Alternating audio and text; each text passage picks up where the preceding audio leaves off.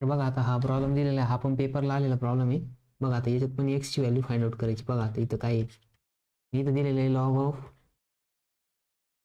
X plus 3 plus log of x minus 3 equals to log of 16. ठीक आहे. मग बघा आता इथं काय प्लस आहे, म्हणजे कोणता फॉर्म्युला यूज करशाल, प्रोडक्ट रूल. तर प्रोडक्ट रूल काय, log of M plus log of N equals to काय येतं, log of M into N. ठीक आहे. मग बघा आता हा फॉर्म्युला यूज करायचा. फॉर्म्युला यूज करताना लक्ष द्या, एमच्या जागेवरती दिलेलं आहे लॉग ऑफ एक्स प्लस 3, काय दिलेलं आहे, लॉग ऑफ एक्स प्लस 3, आणि एनच्या जागेवरती काय दिलेलं आहे, एक्स मायनस 3. बघा वाटलं त्या दोघांना ब्रॅकेट टाका. ठीक आहे. इक्वल्स टू लॉग ऑफ 16 दिलेलं आहे, काय दिलेलं आहे, 16. मग बघा आता तुम्हाला ए प्लस बी आणि ए मायनस बी दिसतंय ना, ए प्लस बी आणि ए मायनस बी. मग याचं काय येतं, ए स्क्वेअर मायनस बी स्क्वेअर. ठीक आहे.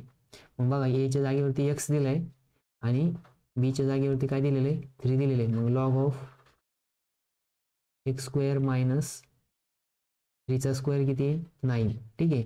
Equals to log of 16. ठीक आहे. मग बघा as per the rule of equality दोन्ही बाजूचा लॉग काय होणार, हा कट होऊन जाणार. हा लॉग जर कट झाला तर इथं काय राहिलं, x square minus 9 equals to काय आलं, 16. मग बघा हे 16 इकडे गेलं काय होईल, प्लस होऊन जाईल. मग लॉग ऑफ 16 प्लस 9, मग एक्स स्क्वेअर इक्वल्स टू काय आलं, 25. मग एक्स स्क्वेअर जर 25 असेल तर एक्स काय असेल, एक्स इक्वल्स टू काय येणार आहे, मग 5 येणार आहे. काय येणार आहे, 5. बघा हा एक प्रॉब्लेम पेपरला आलेला आहे 2 मार्कसाठी, अतिशय सोपा प्रॉब्लेम आहे.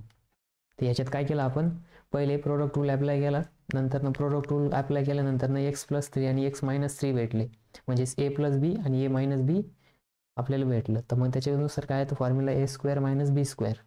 मग बघा आपण ए स्क्वेअर मायनस बी स्क्वेअर केलं, मग याच्या जागेवरती एक्स दिलेला होता, एक्सचा स्क्वेअर, आणि बीचा स्क्वेअर काय होतं, 3 होतं. आणि 3च्या ऐवजी आपण काय लिहिलं, डायरेक्ट त्याचा स्क्वेअर लिहिला 9. दोन्ही बाजूचा लॉग काय झाला, कट झाला. मग लॉग कट झाल्यानंतर ना बघा हा जो -9 होता तो काय इकडच्या बाजूला येऊन प्लस झाला आणि एक्स स्क्वेअर तसाच राहिला. मग 16 + 9 25 झाली. ठीक आहे. मग 25 पण एक पूर्ण वर्ग संख्या आहे.